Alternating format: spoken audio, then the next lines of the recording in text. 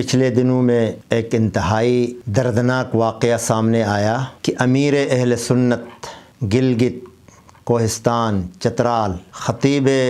مرکزی جامع مسجد گلگت اور جامع اسلامیہ نصرت الاسلام کے محتمم جناب قاضی نثار احمد صاحب پر قاتلانہ حملہ ہوا، اور الحمدللہ حضرت کو اللہ تعالیٰ نے محفوظ رکھا، اور کچھ گولیاں ان کو لگیں اور ان کے ساتھیوں کو، لیکن اللہ تعالیٰ نے ان کا رزق اور ان کی عمر جو ہے وہ باقی تھی، اللہ نے ان کو محفوظ رکھا۔ موت تو کبھی بھی آنی ہے، لیکن دیکھنا یہ ہے کہ اس طرح کے حالات ایک انتہائی حساس علاقے میں، اور وہ بھی اس منافقت کی آڑ میں کہ سامنے سے وہ بھائی بھائی کا نعرہ بھی لگاتے ہیں، سامنے سے وہ اتحاد اور اتفاق کا بھی نعرہ لگاتے ہیں، اور سامنے سے وہ برادری اور اخوت کا بھی نعرہ لگاتے ہیں، لیکن وہی بات ہے کہ بغل میں چھری اور منہ میں رام رام۔ قاضی صاحب کے حملہ آوروں میں ایک لڑکا انعام حسین وہ بھی تھا جو کہ غالباً راحت حسینی کا باڈی گارڈ تھا، کیونکہ میڈیا میں ساری تصویریں آ چکی ہیں کہ وہ اس کے ساتھ کھڑا ہے، اس کے ساتھ اٹھتا بیٹھتا ہے، ان کی مجالس کا آدمی ہے۔ اب یہ لاکھ چھپائیں، قاضی صاحب کے باڈی گارڈ نے، ان کے ساتھیوں نے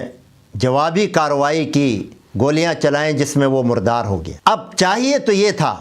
کہ وہ یہ کہتے کہ ہاں ہم سے غلطی ہو گئی، مان لیتے، لیکن انہوں نے اس کو ایک تلائی میں بند کر کے جا کے ایک نالی میں پھینک دیا۔ 2 دن کے بعد اس کی لاش ملی، پھر اس کا جنازہ بھی پڑھا رہے، تو پتہ نہیں کس منہ سے وہ جنازہ پڑھاتے۔ ادھر سے تو تعزیت کے لیے بھی آ رہے ہیں اور کہتے ہم نے نہیں کیا، دشمنوں کا کام ہے، شرپسندوں کا کام ہے، تو دوسری طرف دشمنی اور شرپسندی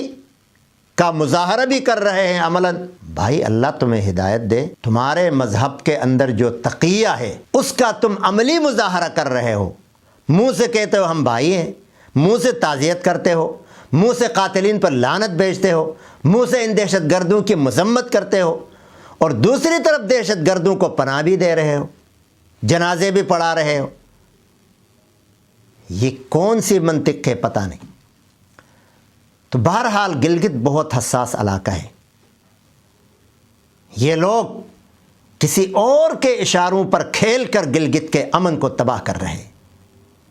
اور انہی دنوں زینبیون اور فاطمیون اور اس طرح کے جو مختلف ان کے نام ہیں، ان کے افراد گلگت میں پائے گئے، نقل و حرکت کرتے ہوئے ملے لوگوں کو۔ ایک منظم طریقے سے قاضی صاحب پر حملہ ہوا، لیکن اللہ نے قاضی صاحب کو محفوظ رکھا۔ دشمن جتنا بھی طاقتور ہو، اللہ سے زیادہ طاقتور نہیں ہے۔ اللہ جس کو بچائے اس کو کون مار سکتا ہے؟ یہ ان کی بھول تھی کہ وہ سمجھتے تھے کہ قاضی صاحب کو راستے سے ہٹائیں گے تو ہمارے لیے راستہ کھلے گا، لیکن یقیناً قاضی صاحب جس جرأت کے ساتھ، جس بہادری کے ساتھ میدان میں کھڑے ہیں، اللہ تعالیٰ ان کی حفاظت فرمائے۔ اور پھر قاضی صاحب دیکھیں، امن تو اس کو کہتے ہیں، گولی لگی ہے، ہسپتال سے قاضی صاحب نے اعلان کیا ہے کہ کوئی کسی کو نہ مارا جائے، امن کا اعلان کیا ہے کہ بھائی میرے ماننے والوں امن کو برقرار رکھو، ورنہ تو ہونا یہ چاہیے تھا جیسے پچھلے ضیاء الدین رضوی کے مرنے پر ان لوگوں نے حالات خراب کیے تھے گلگت شہر کے، جلاؤ گیراؤ، جو سامنے آیا مار دیا، آفسوں میں مار دیے، اس طرح مار دیا، ادھر مار دیا۔ قاضی صاحب کے ساتھی بھی کر سکتے تھے، اہل سنت بھی کر سکتے تھے، یہ ان سے زیادہ غیرت مند ہیں، لیکن قاضی صاحب نے اعلان کیا کہ بالکل امن کو خراب نہ کیا جائے، کوئی ایسا کام نہ کیا جائے جس سے امن خراب ہو، آفرین ہو قاضی صاحب کو، اس کو کہتے ہیں امن۔ ورنہ تو فوری طور پر ان کی مساجد پر حملہ ہوتا، ان کے محلوں پر حملہ ہوتا، جذبات میں کچھ بھی ہو سکتا ہے۔ گلگت سے، دیامر سے، کوہستان سے، ادھر سے، ہر طرف سے اہل سنت تیار تھے۔ ظاہر ہے ان کے قائد کے اوپر حملہ ہوا ہے تو ان کے جذبات تو یہاں کوئی بیان نہیں کر سکتا، وہ وہی جانتے ہیں۔ لیکن ان تمام حالات میں اب گورنمنٹ کے سامنے حالت